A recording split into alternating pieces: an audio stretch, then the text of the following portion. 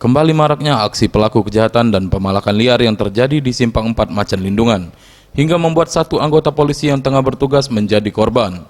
Membuat geram Kapolda Sumsel, Irjen Pol Priyo Widianto.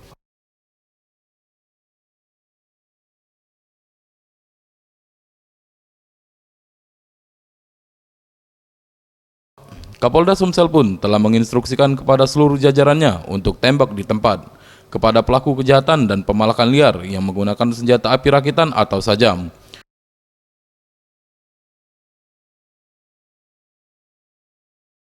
Instruksi ini dilakukan untuk memberikan efek jera bagi pelaku kejahatan maupun pemalakan liar. Nanti tenterohan. Udah kita kejar. Satu lagi yang kita kejar. Melawan kita tembak. Sudah selesai. Ya. Welia Aep, Sriwijaya TV.